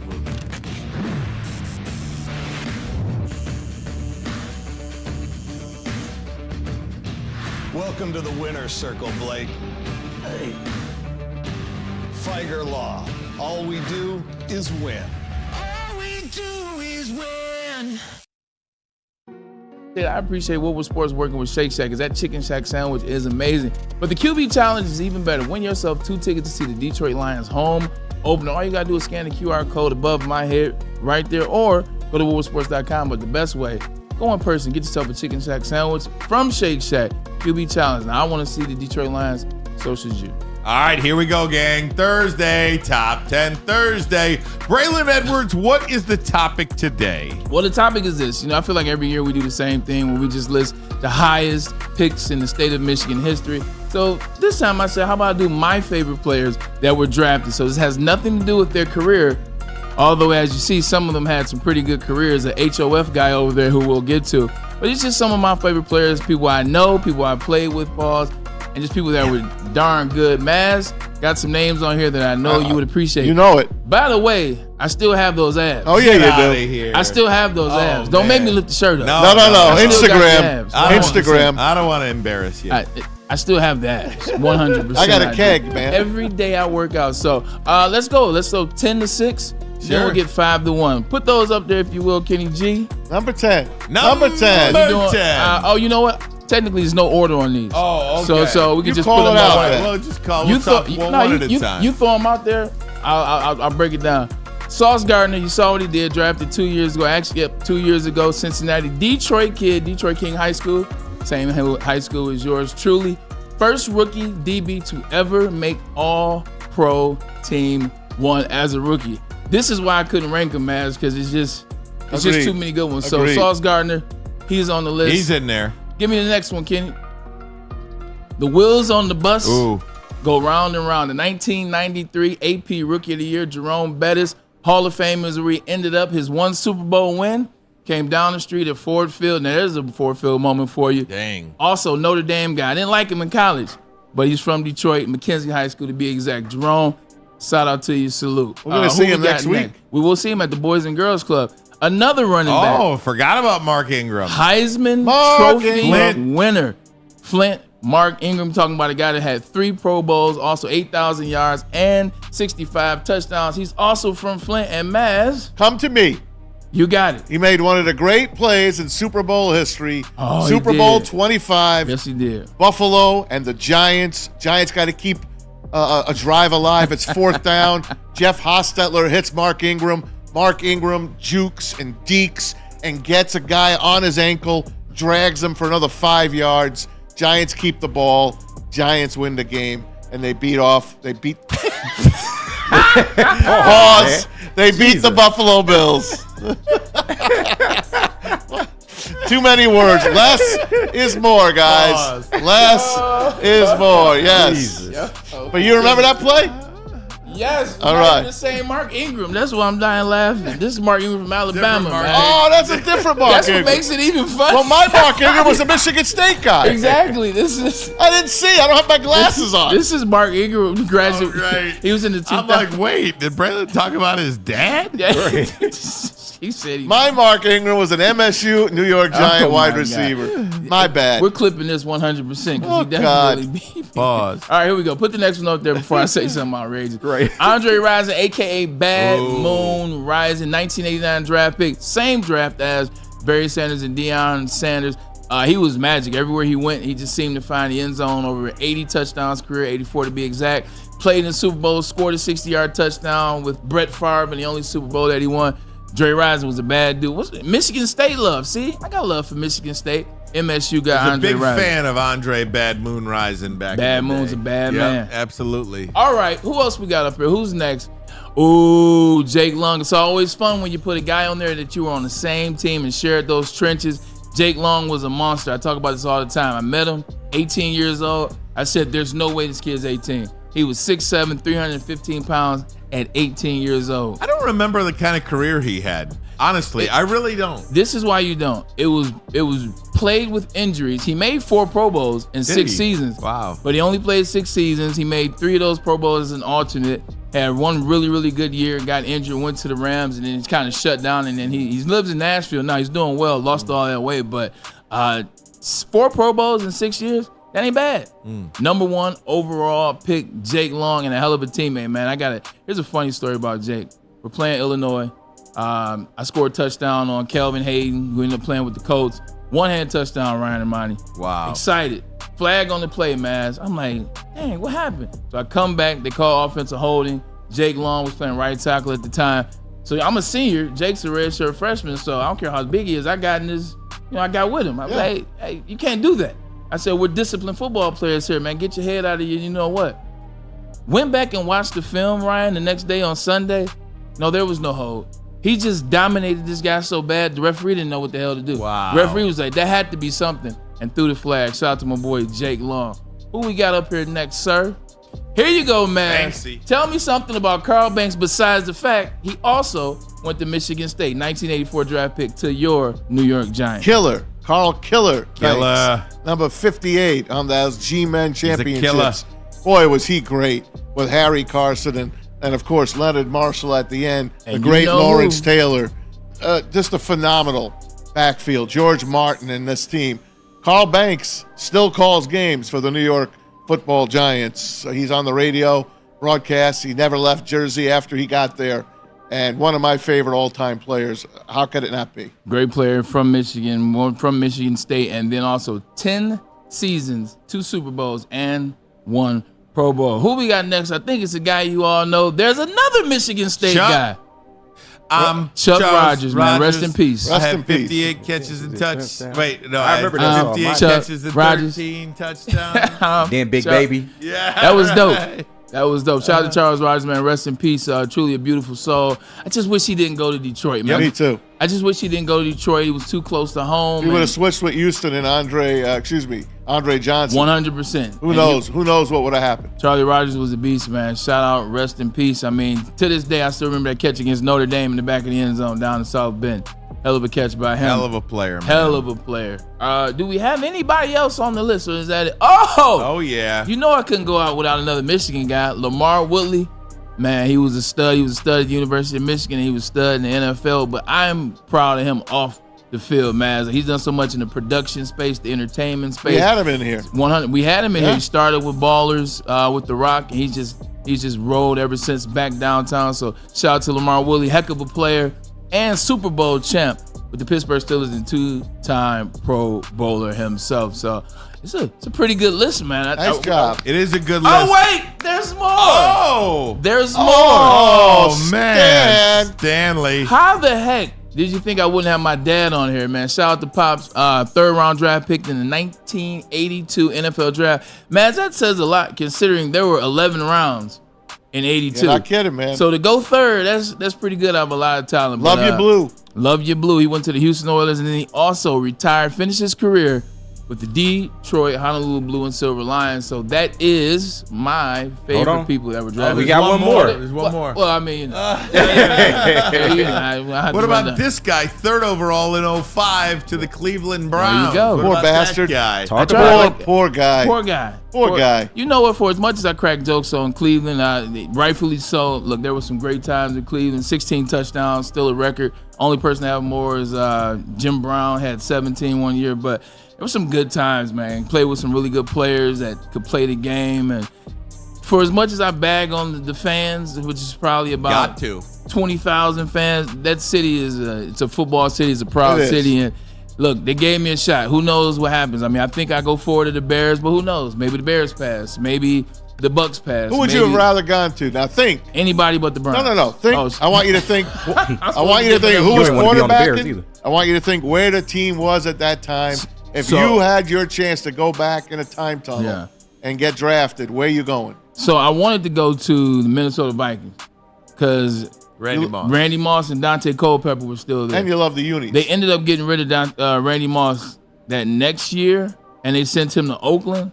or he got traded after the draft. But I wanted to go play on the same squad as Randy Moss. Dante Culpepper was a quarterback. Keep rolling. Yeah. So, and then I love the unis. I love purple. Like it was royal colors, so I love that Crown Royal back. That's a joke.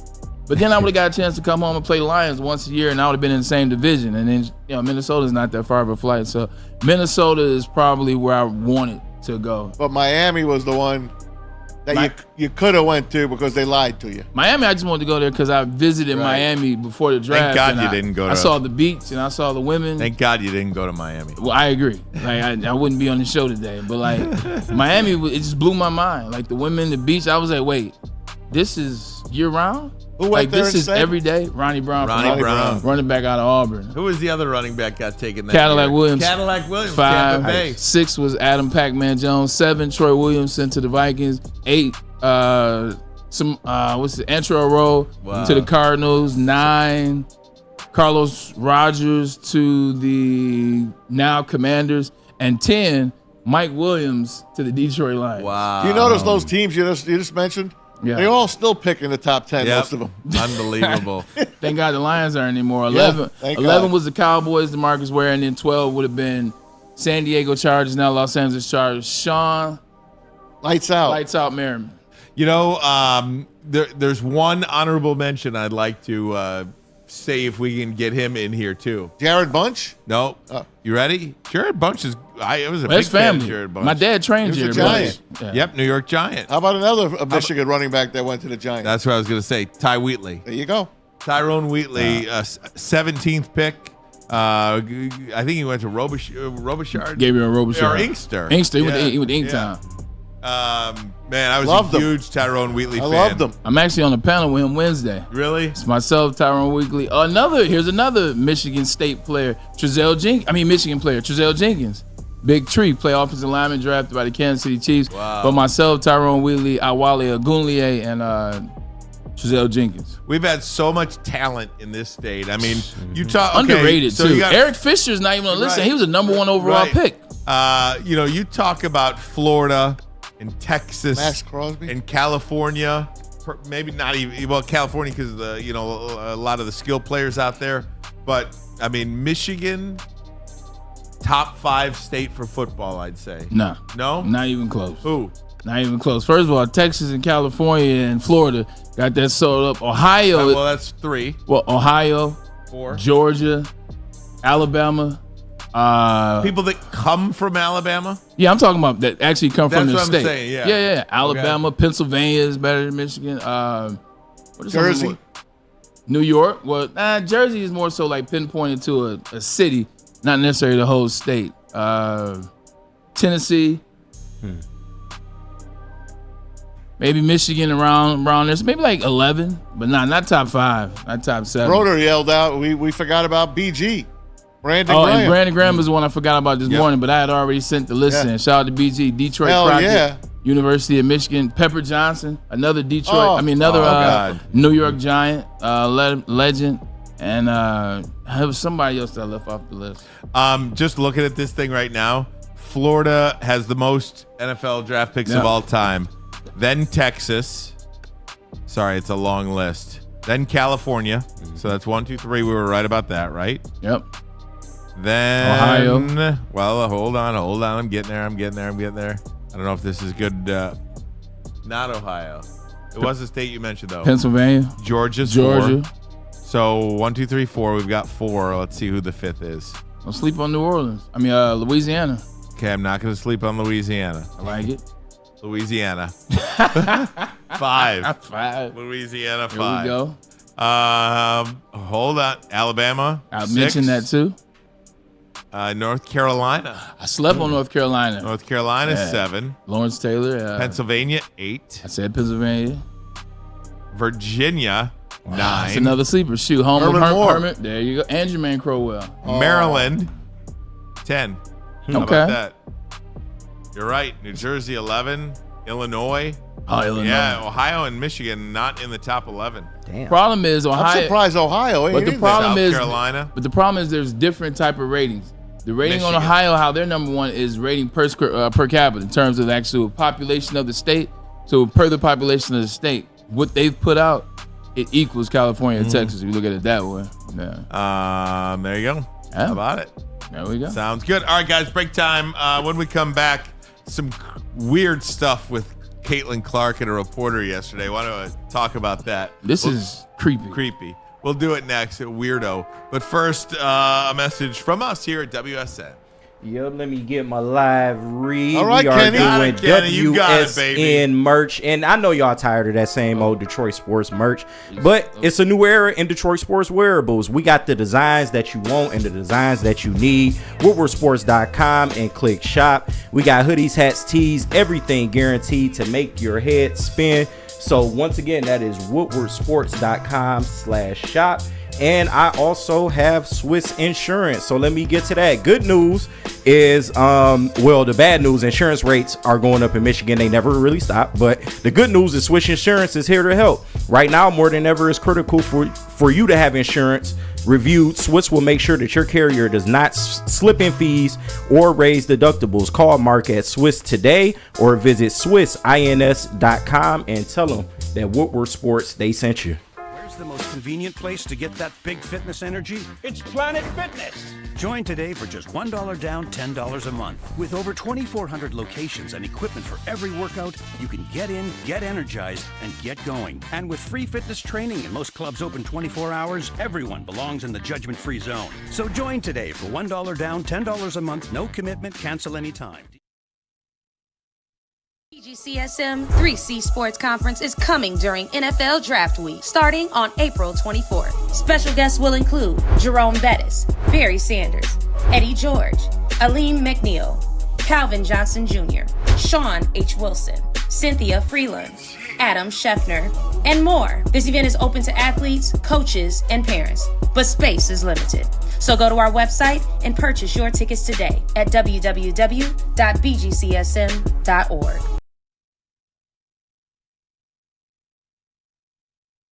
Come to any Lady Jane's Haircuts for Men and claim your throne for a king's treatment from one of our talented stylists. Open 7 days a week, walk in anytime. Just get to a Lady Jane's today and receive a precision haircut, scalp massage, hot lather neck shave, and a hot towel treatment. A haircut should not be a chore. It should be an experience. And that's exactly what Lady Jane's has to offer. Open 7 days a week, walk-ins are always welcome. There's always a location near you. Lady Jane's Haircuts for Men, it's wicked awesome. Where's the most convenient place to get that big fitness energy? It's Planet Fitness. Join today for just $1 down, $10 a month. With over 2,400 locations and equipment for every workout, you can get in, get energized, and get going. And with free fitness training and most clubs open 24 hours, everyone belongs in the judgment-free zone. So join today for $1 down, $10 a month, no commitment, cancel anytime. Let me tell you about Les Stanford Chevrolet Cadillac Buick GMC. That's right, Les Stanford has added the Buick GMC brands to their fleet of vehicles. The Buick GMC store located in Ferndale on Woodward Avenue, just south of 9 Mile. And if you're looking for a Chevy or a Cadillac, Les Stanford in Dearborn, where they have that on Michigan Avenue for over 55 years. You can find the brand you want, all 4 GM brands under one umbrella. Chevrolet, Cadillac, Buick, GMC. Find them at LesStanford.com, LesStanford.com. Together, let's drive. And you can drive on over to Lady Jane's Haircuts for Men. Awesome is when a guy can be a guy and get an amazing haircut. That's Lady Jane's Haircuts for Men. Stop in, sit back, relax. Let one of Lady Jane's talented stylists make you look and feel great. You could walk in anytime, 7 days a week. Lady Jane's, it's wicked awesome. Wicked. Ryan and Mike, not also do they just style you up, give you a hairstyle, or cut your hair, or wash and shampoo. They also braid now. This was done at, ladies and gentlemen, Lady Jane's. So if you want your hair braided, ladies and gentlemen, braid black guys here too. Come on. Forget that barber. I'm telling you, man. Nah, you can't forget the barber.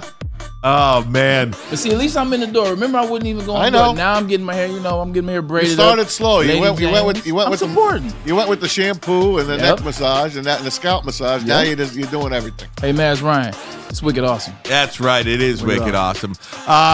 So Caitlin Clark had her introductory press conference in Indiana yesterday. By the way, before we get to the Caitlin Clark press conference, she has reportedly a shoe deal on the table with Nike north of $20 million. Wow. That'll make up for her $75,000 salary. Absolutely. From the WNBA. North of $20 million to have her own shoe, Caitlin Clark and Nike, in a partnership. Yeah, 100%. This makes sense. Look, a lot of people may not watch female basketball as it relates to the WNBA, including women. But everybody buys Nikes. Everybody follows the commercials. This shoe is going to sell. It's going to sell majorly. It's going to be trending. So you make the money on the shoe. But this is another reason why that deal from Ice Cube with the big three, man, see, this is why you can't do deals. Because I guarantee you that's part of it. Nike's like, hey, no. You go to the big three, this deal's off the table. So that's why I say the NBA is always going to win as it relates to that. That $5 million, it's not trumping that 20. Wow. Leverage is key. She gets her own shoe. Yeah, As she should. Speaking of which, and it was a big to-do about, if you open social media about the pay discrepancy between the number one pick of the WNBA and the number one pick of the NBA, $12 million compared to $70,000. I just think those are ridiculous arguments. Yeah. You're talking about a league in the NBA that brings in a revenue of $10 to $11 billion every year. Yeah. Economics is not an emotional decision. It's a numbers decision. That's what it is. Caitlin Clark is playing for a league that has been that started back in 1997. It has never once turned a profit.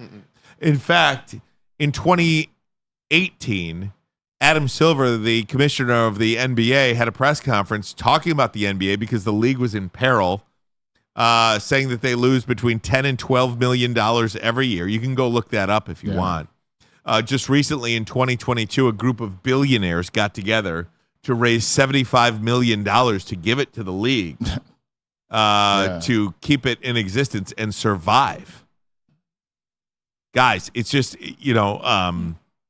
I'm all for pay equity between men and women who do the same job. I think this is not that. Yeah. That is not this. You have to be reasonable when it comes to business. What business that's losing money is going to do that? Yeah. It's just not how it works. The only women's sport that pays almost equal to the men's, and it's not equal, is tennis. That's because women's tennis has been phenomenal, a great sport for all those years, something that people actually tune in to watch. They're not tuning in to watch the WNBA. I don't think I've ever watched a full WNBA game in my entire life, maybe not even a quarter. But I will now because I'm going to watch Caitlin Clark. They're on 36 times. Her and her Indiana Fever, they're going to be on 36 times. I'll catch a game. I want to watch her. No doubt. I want to watch her. She transcends that game. She's going to make that game interesting for me. And I'm going to see her against Angel Reese and all the other girls that have been drafted. I'm looking forward to it for the first time to see what that league can really do for me. Yeah, I mean, you guys said it. There's no need to piggyback on that. The league doesn't make money, including women's support. Women don't support the sport. They don't watch. So you can't ask for more than what you're bringing in. Like when you're a cash cow, when you're bringing in something, then you go to the table and say, hey, this is what we're doing. You need to give us a part of this TV deal. You need to up this right. They don't even really have TV deal because nobody's really watching it. So it's tough for them to get paid like that. It's very different, like you said, than other situations. If I go see Kate Blanchett, she's bringing some people to the box office, same as Leonardo DiCaprio. So, I mean, it's an equal scale. With this, it's tough and it sucks to say, but nobody's watching like that. So you can't make more than you're actually making. No doubt. There was an interaction yesterday that I wanted to play for you. You don't see the guy, but what he does, Greg Doyle, real treat for the Indiana Star. Yeah. He's a real beaut. He's a real beaut, He represents the state of Indiana. Yeah, he's a real beaut. Don't say that. Poor Indiana. I don't know if It's he a does. joke. I It's a joke. don't know if he does, It's a though. joke. He's a real treat. But, Caitlin Clark does this hand gesture. The heart. The heart with her, to her family. Well, this Greg Doyle dude did this heart to her yesterday at the press conference. Take a listen to this awkward exchange. Hi, Caitlin. Greg Doyle, Indy Star. Real quick, let me do this. You like that? I like that you're here. I like that you're here. I do that at my family after every game, so. Okay, well, pretty let's cool. start doing it to me and we'll get along just fine. So, question is. Total weirdo. What a weirdo. Seriously. Like, not only, like, even if you would have just gave her the heart, you know her thing, you know what she does it for. If you would have gave her that, still a little creepy, but all right, it's fine, it's cool. But then you double down on Ryan Ermanni and Maz by saying, yeah, if you give me that, then we'll be fine. Now, whether he was nervous and was trying to break the ice, he was. You know how like callers call in and they may crack a joke, the joke doesn't go over. So I mean, I understand it, but we live in different times, and this is a serious thing when you're talking to women like that. Like, you just don't know. It sounded creepy. You're talking about a guy that's gonna be here throughout her whole career. Like, this is. What do you do, Ryan, with this? Like, do you have a conversation with him if you're that paper? Well, he's one of the he is probably the most popular writer for the Indiana Star. I think he'd kind of be like I don't know, Mitch Albom, a little bit. Okay, so they know his weirdness and quirkiness and all this stuff, but still, I mean, it's pretty uncomfortable. He's a big mouth. He's a jerk. He is. He's a jerk. He's a know-it-all. Yeah. I don't like him at all. Not at all. If that's I hope he gets his comeuppance. Okay, he does. Here's a good question. If you're Caitlin Clark's father, what is your response to this guy, Maz and Ryan? You just never deal with him. Caitlin Clark is bigger than she is. Caitlin Clark is bigger than the league, almost like Tiger Woods was bigger than golf. But I said his father. I didn't say Caitlin Clark. Like, if this is my daughter, well, your influence. Your influence. Understood, but I'm going up to him and I'm going to say, "Hey, see, this is that wasn't cool. Maz. That wasn't cool. Don't let it happen again." This guy works at the Indiana Star. He's a big deal. He's going to be interviewing Caitlin Clark for years and years to come. If she stays there, you got to nip this in the bud now as a father, not Caitlin Clark. This is a father move in my estimation. See, here's where I disagree with you, because if you want to talk about, treating everybody the same, if it was you. Do you think, we'd say, well, your dad has to go talk to him because you can't go talk to him? But this is a man and a woman. It is what it is. Everything isn't equal. Everything isn't equal, though. Well, but you know what? My point. No, to your point, I got you, because my mom would go do it. I'm a mama's boy. Like, if somebody came out and said something, like a woman was on the other side and she said something to me, my mom would go behind closed doors and say, look, I don't like the way you handle my son in that interview. Please be more respectful. That is true. That is true. Mama got my back. Mama now don't play. I got you. There's no doubt about that. But Caitlin Clark, man, it is. She handled it well. It is incredible. Is that a little bit of an overstatement? I mean, I think she is that for this league. She's the best. She is bigger than the WNBA, just like Tiger was bigger than golf. Still is bigger than golf, by the way, to me. Yeah. I think. I can't think of another player that is bigger than the sport in any major sport. Anybody? Can anybody think of any one player that is bigger than the sport they play in? Steph was. For a brief moment, Steph was. This girl, it was Tiger, and it's this kid. This girl. I'm agreeing, but I'm just saying. If there's no Steph, there's no Caitlin. Steph. There was NBA fans before Steph. There will be NBA fans after Steph. What I'm saying is the ability to get eyeballs on the sport is Usain Bolt. Usain Bolt is bigger than track. Michael Phelps is bigger Chuck than Brewer the Olympics. said Serena. There you go. Serena Williams is there you go. The Williams sisters, actually. Venus started and Serena took it over in a major. Yeah. I agree. I will say with Venus and Serena, they certainly elevated it. Livy Dunn but for women's gymnastics. You did pay attention to women's tennis in the past with Martina Navratilova and Steffi Graf and Chris Everett. Chris Everett. You know what I mean? There were some really Lindsay Davenport back in the day. Yeah, absolutely. And in golf, you had Jack and Arnie and all that stuff, and I don't mean to denigrate any golf fan out there, but it was just a minute number of golf fans. This thing became. You don't need me to tell you what happened when Tiger Woods took over golf. He is bigger than the sport, even this year, 25, 26, 27 years later. What he did for the Masters this week, not even just the fact that he made the cut anyway. Pretty good stuff there. Pretty good stuff. All right. I got more basketball. Yeah, we got to talk about these play-in games. Yeah. I got to get to a break. But first, a message from Wake Up Woodward. And every day, 8 to 10, y'all know what it is. The Woo Crew in the building. Woodward Sports newest morning show. Start your day with Wake Up Woodward every day, 8 to 10. Join Kool-Aid, Flannel Sam, Broder, JB, and my name's on here, KG. Oh, yeah, every baby. morning as they cover all Detroit sports, sports talk, sports banner, and live fan interaction, all on Detroit's #1 network. And you know what it is, Woodward Sports. But now we have a word for the Boys and Girls Club of Michigan. Oh, yeah. Let me tell you about it, because it's a really important week here in the city of Detroit. And Boys and Girls Clubs of Southeastern Michigan and the Jerome Bettis Bus Stops Here Foundation proud to present the 3C Sports Conference to educate, inform, and inspire parents and coaches in our local communities, featuring impactful speakers like Jerome Bettis, Eddie George, and Adam Schefter, April 24th through the 26th. For more information and tickets, scan the QR code and screen QR code on your screen and sign up today. That's right. Boys and Girls Club of Southeast Michigan. We'll be right back with Dr. Pierce. BGCSM 3C Sports Conference is coming during NFL Draft Week, starting on April 24th. Special guests will include Jerome Bettis, Barry Sanders, Eddie George, Aleem McNeil, Calvin Johnson Jr., Sean H. Wilson, Cynthia Freeland, Adam Scheffner, and more. This event is open to athletes, coaches, and parents, but space is limited. So go to our website and purchase your tickets today at www.bgcsm.org.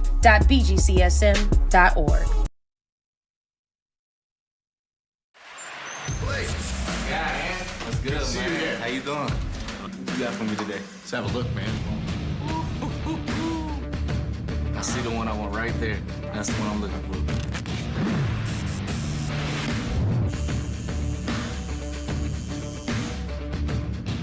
Welcome to the winner's circle, Blake. Hey. Feiger Law. All we do is win. All we do is win. A network for the city, by the city. Woodward Sports is Detroit sports. You smell that? That's Brad Holmes cooking. And the off-season smells good. Woodward Sports. A ton of fun, a ton of sports, and a ton of man meat. Welcome to the Woodward Heavyweights, live daily 5 to 7 p.m. on Woodward Sports. And with the first pick in the 2024 Media Draft, Detroit selects Woodward Sports. Thank you for making us the #1 digital network in Detroit. Come to any Lady Jane's Haircuts for Men and claim your throne for a king's treatment from one of our talented stylists. Open 7 days a week. Walk in anytime. Just get to a Lady Jane's today and receive a precision haircut, scalp massage, hot lather neck shave, and a hot towel treatment. A haircut should not be a chore. It should be an experience. And that's exactly what Lady Jane's has to offer. Open 7 days a week. Walk-ins are always welcome. There's always a location near you. Lady Jane's Haircuts for Men. It's wicked awesome. Where's the most convenient place to get that big fitness energy? It's Planet Fitness. Join today for just $1 down, $10 a month. With over 2,400 locations and equipment for every workout, you can get in, get energized, and get going. And with free fitness training and most clubs open 24 hours, everyone belongs in the judgment-free zone. So join today for $1 down, $10 a month, no commitment, cancel anytime. What's better than crispy chicken and pizza while watching your favorite team play? Let me tell you about Soroki's Crispy Chicken and Pizza. Their food's amazing. Their locations are popping up all over Metro Detroit. Have one right down here on Woodward. Perfect takeout option featuring hand-bread fried chicken, New York pizza, fresh salad, sides, and more. That's Soroki's, SAROKIS.com. Soroki's and Woodward Sports. Now that's crispy. And let me tell you about after an accident, people need to hire a lawyer more than any other time. So make Feiger Law your first call. 1-800-A-WINNER. 1-800-A-WINNER. Their team of trial lawyers will get you money you deserve. It's Feiger Law. All we do is win. And a place we're going to be tomorrow, downtown Detroit, we are going to be at the Shake Shack. When it comes to chicken sandwiches, I've got the sleeper. It's the Shake Shack Chicken Shack Sandwich. Try the Chicken Shack Sandwich for free. A $10 purchase. All you got to do is grab a shake, crispy crinkle fries, and a Chicken Shack will be free. Use the code word Woodward. And we'll see you tomorrow downtown at Shake Shack. Hey, great stuff. There was a couple of NBA games last night, play-in games. Let me run them down for you. Last night, the Philadelphia 76ers beat the Miami Heat. Thank you. Oh, my God. I had a brain fart on that. Beat the Miami Heat 105-104. The Chicago Bulls beat the Atlanta Hawks 131-116. So Atlanta is out of the playoffs. They are eliminated. They just no-showed. The 76ers now are the 7th seed. They get the Knicks. And the Chicago Bulls and Miami Heat will play tomorrow night for the 8th playoff spot. The Miami Heat will do so without Jimmy Butler. By the way, the winner gets the Boston Celtics of that 8th seed. That. So, without further ado, we bring in our Woodward Sports WSN Injury Insider, Dr. Jeff Pierce from the Michigan Sports and Spine Center. Dr. Pierce, how are you, sir? I'm good. How are you? Doing fantastic. Good to see you, Doc. Better. Good to be seen. I took Braylon's spot for this. You look good as Braylon. Same hairdo today, too. Yeah, same hairdo. No braids, though. No braids for me. Braylon is on his way downtown. Another event tonight at the DAC. He's a big shot. This is a big week for the NFL draft, man. I mean, the dreams are made. Going? Yeah, we'll be there. We'll be there Thursday night. I'll be there Thursday morning for Fox 2, Thursday night for us. We might be down there Thursday for our show. If we are, Doc, you got to come down. I'm good. That's what I said. Yeah. Where do I show up on Thursday? We'll let you know. At the 313 tent, baby. There's something we're supposed to be going to. I actually got to go to it when I was in Vegas. Oh, yeah. Yeah, so it was a big event there. I know Maslow was telling stories, but I do. If you remember it in Vegas, there was a guy off to the side doing the paintings of the players, of the top 10 players. I don't remember that. Yeah, it was a Bitcoin crypto thing, and he was side stage. And that was Hutchinson's year. Oh, nice. So we actually reached out to him, and there's these paintings of the top 10 selections that was done right on the side. Having been to a draft on location, they've only been doing this for 10 years. This is the 10th year. It is 10 years? This is 10 years of the draft on location. 2015 in Chicago was the first year they did it. I was so pissed because as a New York kid, Jersey kid, I went to quite a number of these drafts. They were always in New York. To me, New York's got to be in New York. It's got to be in New York. For 50 years. I know. So that kind of ticked me off. But now that these other places get to do it, I get it. The NFL knows. They know better than me. So you've been to a draft. Yes. On location. We were like right there on stage. What would you say to the people out there who are heading downtown next week? What's the best part about a draft? I mean, you can take two views of it. One, it's fun because they do a great fan experience, right?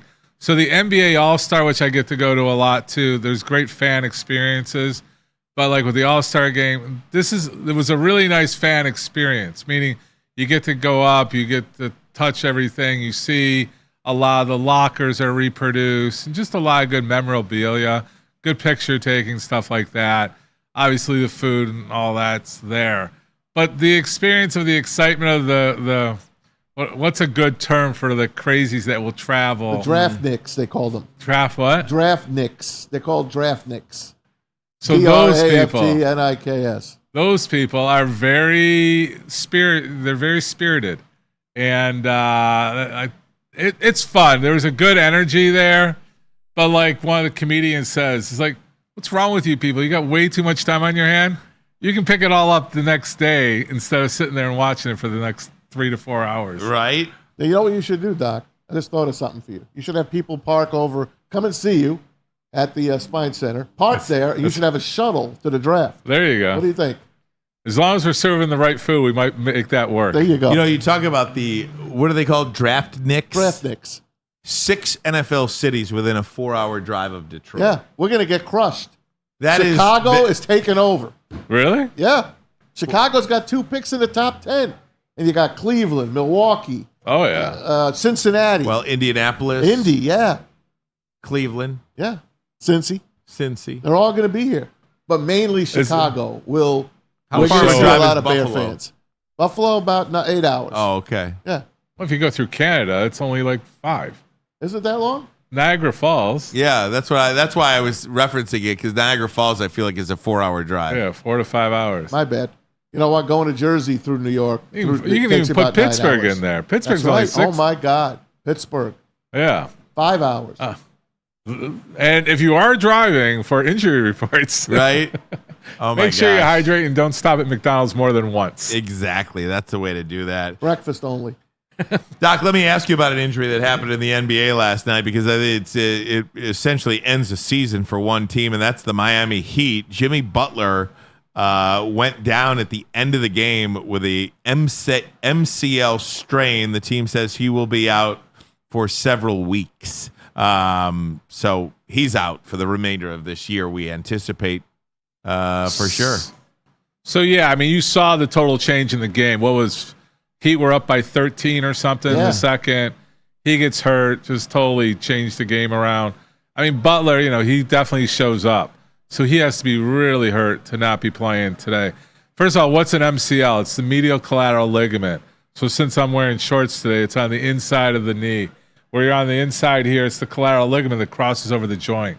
So if it's torn, they said it's a strain. I don't think we have a tear, but I don't think the MRI report's in yet either. Right. No. So we'll probably come back as a little bit more than a strain, because I think he could have played through a strain. He's probably got a partial tear.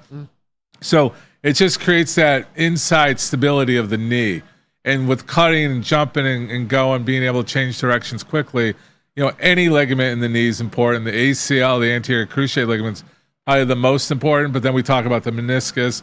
The collateral ligaments are kind of number 3 on the importance list for a knee. So we talk about the ACL is the big one. PCL falls in there, but it's rare. And then the meniscus is the cushion of the knee. And then the collateral ligaments are kind of what stabilizes the knee.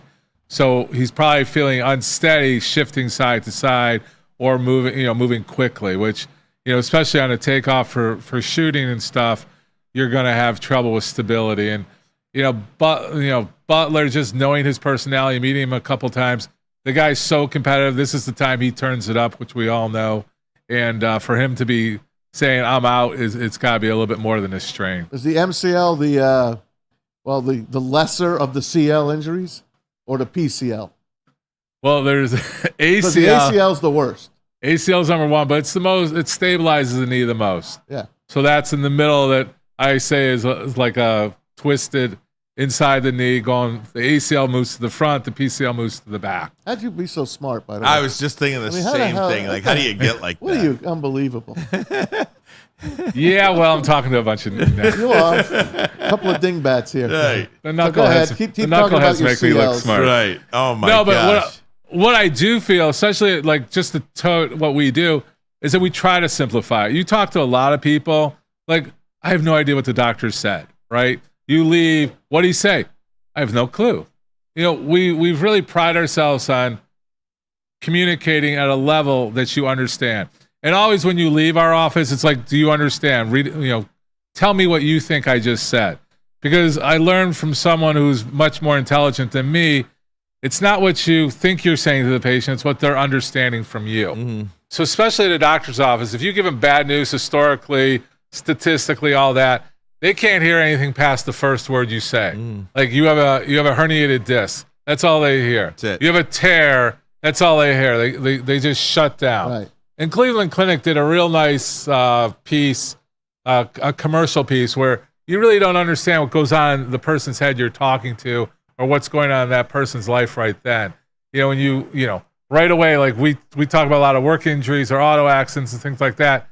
What goes through their head is like, how am I going to work? How am I going to provide? How am I going to do these things? That's the kind of thing. Or do I need surgery? Like I had a simple 19-year-old this week that they were all like, I'm going to have surgery because they were on WebMD and all these self-diagnoses. Yeah.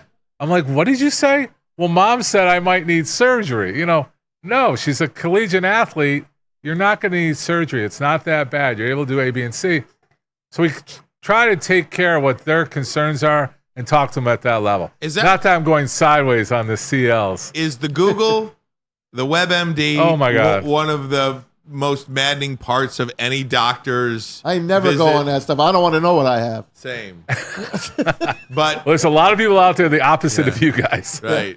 They diagnose, they treat. There's, probably 25% of the time there's an accuracy there that relates to the ones that are going to simply, recover on their own. The ones where it's serious, more involved, it's not cancer. It's not this, all the other things that it'll cover. But for the most part, it's informative. We utilize it. Like I'll tell people, this is what it is. Or like when we talk about regenerative stuff, we can't say certain things, but I want them to educate themselves. It's more of an educational moment in the office, except if it's straightforward. All right, let me switch players on you. Okay. Jimmy Butler, we know he's finished. The Heat are going to be finished. Unless we're going to put everything, of course, against them and they will win. Right. But let's go to the Pelicans, who are 5-0. Fly, Pelicans. The Pelicans are 5-0 against the it. Kings. You don't want Scarface? It's from Scarface. No, I got it. Oh, got it. No, the Pelican name. Pelicans it's New Orleans, and they used to be the Jazz back in the day, but Utah's got that name. They took it, they kept it. So you got Zion Williamson, big man. How much does Zion weigh? 300? I'll tell you about 280. Yeah. 285. 280. 41 points the other night, Doc. He hurts, scores a bucket. They're tied at that point. Hamstring. Walks off the court, throws a towel. He is really upset. Turns out, more than likely, he is missing tomorrow night's game. It's win or go home against Sacramento. Sacramento's 0-5 against the Pelicans this year. Zion, do you see him somehow putting it together and playing in that game? I'm not dissing on Zion, but like Jimmy Butler, I said, the guy's a horse. He wants to show up. Zion is a little different. Like we've seen injuries. We've seen him out. I don't know the statistic anymore. I used to. Like how many games he didn't play versus played. I think he was under 50% of games in his first 2 years. Yeah. I think this year he's above 50%. But he's still not. He's still not there. Barely. Is he injury prone? I got asked because of his size and his makeup and his genetics. Was he injury prone? I think I on record said unlikely, which I've proven to be not accurate. With this, I'm giving you a long talk. The guy should show up. This is make or break. This is like doing nothing after. There's secret sauces that you can do if it's a simple hamstring strain for him to be a force. Will he be 100%? No. Zion at 80% should be good enough to play this game. And that's what I think where he should be. He's got hyperbaric chambers. He's got everything to get him feeling good. There's no evidence of a tear. It's a strain. And that muscle's so powerful on him, he doesn't need the whole muscle to do everything he does. All right, so we'll expect Zion to play.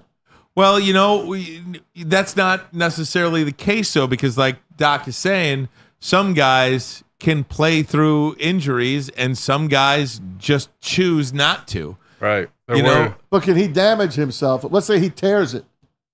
Well, you always go back to KD, right? KD made a decision. Kevin Durant, made the decision to play, and he made it worse. Right. So does that sit back in in the business mind of this individual? But you don't got to play again until next October, till this October. If he loses. Right. If he wins, he's playing in a couple days. Yeah.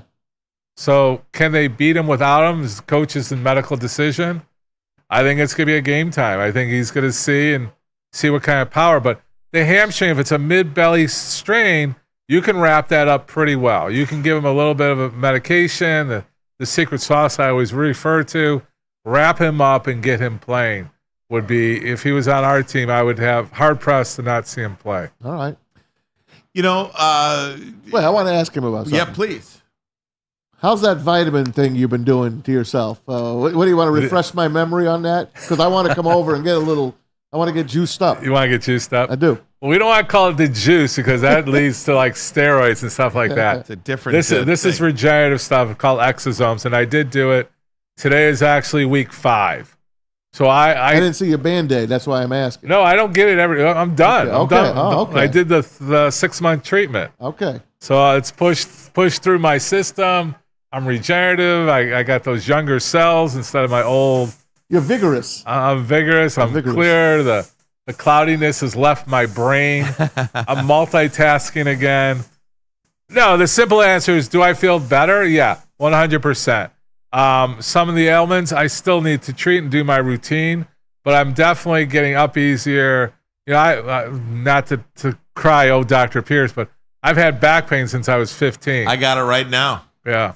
And you got to treat it. And I've had a routine every day, and I've been doing it. And how do you do that? You know, we were talking on Fox 2 yesterday morning about all the, you know, the weather's nice outside, so everybody's out there doing yard work or biking or walking or hiking or whatever you're doing outside to get yard work's the worst for your back. To get active, and people have all these nagging injuries. So we talked about that. I would love the world if they listen to us and take, you know, you have a routine in the morning. Like, what's your, you know, we don't need. Well, I wake up pretty early, and I try to just give one good stretch for like a minute. Right. So that's exactly. We wake up, we go to the bathroom, we have our coffee, we have our little snack. We usually do that. I would love a routine where we respect our body, where you give it 10 to 20 minutes of a stretch, right? Nothing crazy, lifting your arms above your head, swaying back and forth. We actually said we're going to do a stretching show for 10 to 15 minutes, get you guys stretching. Oh, man, I would. You get a bed here. Before you get out of bed, you roll side to side. You push into extension, depending on what your injuries are. If it's back or neck, this is what you do. If it's shoulder, this is what you do. It's usually the motion you want to kind of go through, right? You confess that maybe you do 1 minute of stretching. Yeah, I will. I'll like, yeah, I'm not going to show you the stretch. I don't have enough room, but yeah, I try to stretch out my lower back. Yeah, I mean, you need to do it. Like right now, like I said, with our weather, like we'll have 70 degrees and like, okay, we're golfing because it's raining and cold tomorrow. So you're not doing anything. And I coined it last time, 2 balls off the first tee is not considered a dynamic warm-up. So you got to get in there. You got to do the silly little things where you look foolish in the stretch and where you're actively going through the golf motions after you do your simple stretch. So we call the simple stretch is like in the plane of your back, where you go back and forth and you go side to side. And then you do the rotational stuff, then you mimic what you're going to do in your sport that you're getting ready to play. All that plays a difference. And like I said again, it should almost be absolute. If you don't do it every day of your life, at least make March 1st your day you do it. Right. Because you know in Michigan. Or May 1st. No, March 1st. Because we can't go backwards now. Well, for the future, we're talking. Okay. May 1st. No, today. You're behind, so you got to start today. You want to spend that 10 to 15 to 20 minutes stretching till you feel better. And that's for anybody who's not feeling, doesn't have any pain versus you can't move. The guy that can't move, you got to spend longer time or come to see us. But you need a routine. And prevention is way better than, chasing your tail. You ought to come to Harbor Lanes tonight with me because starting at 6 o'clock, there's 100 guys ready to throw a ball. And is tonight it for you? Yeah, tonight's it. For my last week, because next week I'm going to be at the draft. Now, so what happens tonight, though, Maz? We have a chance to get second place. We're bowling the. You get a couple of bucks for that? Oh yeah, first three pay good. Really? First 3. We can't win first. We're going to wind up just missing it. But anyway, what I'm telling you is it's the worst sport or game if people want to not call it a sport. It's the worst sport to try to warm up for. It's bowling. Yes. The worst because you literally just have to pick up your ball. And throw. I used to see everyone. They're just dropping it at the beginning because if you bend and do it, your back's getting thrown out or your knee or whatever. You really got to stretch. And I see a lot of the bowlers, the younger ones especially, they're on the ground. They're doing their stretches. They're putting their legs where I can never put my leg. But I'm telling you, man, that you can make a living there, Doc. Well, hand my card out. Tell them about me. Give me some cards today. Play my card out. Isn't there like a video in between all the scores things now? Play my video. Play the video of our. You should have your show on. What are you talking about? That's a good point. Hey, Doc, in the time remaining, because we're up against it here, we're running out of show. So Doc's kid plays lacrosse. I watched that. Your son is incredibly talented at lacrosse. Yeah. I mean, do you want to gloat for a little bit? That is incredible. Game, that is a hell of a tough game. I was out at Calvin College last Saturday for Calvin College versus Kalamazoo College because my good friend, almost like my nephew, plays lacrosse for Kalamazoo. I have a hard time following the game. Right. I mean, people have a hard time following hockey, but your kid, man. Unbelievable. I was like, damn. He's doing really well. He's a junior, and he's really developed this year. Unfortunately, he had a bad concussion, took him out of last year. But right now, it was funny because the game that you saw, the other coach is yelling at his team because my son's 22. He's like, I don't care where the ball is. Don't let 22 touch it and don't let him move. And he still scored 3 more goals after that. So it's just, and then last game, it was sad. They were playing a team out of Toledo. He had 6 goals. He had 4 goals, 1 assist out of the 6. But more importantly, they were down with 3 minutes left and the other team had the ball. And they were just going in the 4 corners delay. We ended up stealing the ball with 1:20 left. They got it. There was a play drawn up, 47 seconds. Al comes through the middle, dekes one guy. I can show you that video too. Oh, man. And just drops it in. They tie it up with 47 seconds. Oh, my gosh. So the place is going wild. We think we're going to overtime.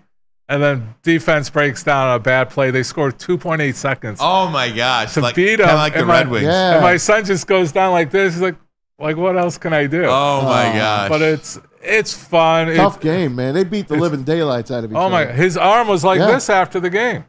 At the end of the game, my nephew's sitting there, and the trainer just brings him 2 big bags of ice. Oh, yeah. He throws one on his back, throws one on his knees, like, this is my life. He's in the ice bath. Yeah. It's serious ice bath. Like, we're going to get a cryo and a hyperbaric. But, like, I have all these devices for him at home just for these welted injuries and things like that. So, I preach what I say at home. Oh, my God. Get him. He's had a bad ankle from that game, too. But these guys, I said you couldn't play football. I'm okay with lacrosse because I was uneducated in lacrosse. Yeah. I don't know if I'd say it again. It's brutal. It's a beatdown. Well, Doc, final word on this. We'll see you next Thursday, whether it's here or downtown. Okay? Perfect. NFL draft 1 week from tonight. Maz, would you like to end the show for us today? I will. Not only will Doc be with us next Thursday, but we're hoping to have the bus, Jerome Bettis, join us as well. So no matter where we are, make sure you join Woodward Sports. And for my man Ryan, for Braylon, who had to scoot out of here, for Dr. Pierce, for Magic Mike, and Kenny G. KG. Great to have you here, Oh, KG. yeah. KG, not Kenny G, the flutist. What or up? the flautist. The flautist. But our guy, Kenny G. KG from the morning KG. show. Yeah, appreciate it, guys. I'm Maz. Silent Thanks Mike, for watching, buddy. everybody. Woodward Sports. Tigers down in their last inning here. They're down 1 run, 8-7. Oh, boy. We'll check it out, folks. It's Woodward Sports. Thanks for watching.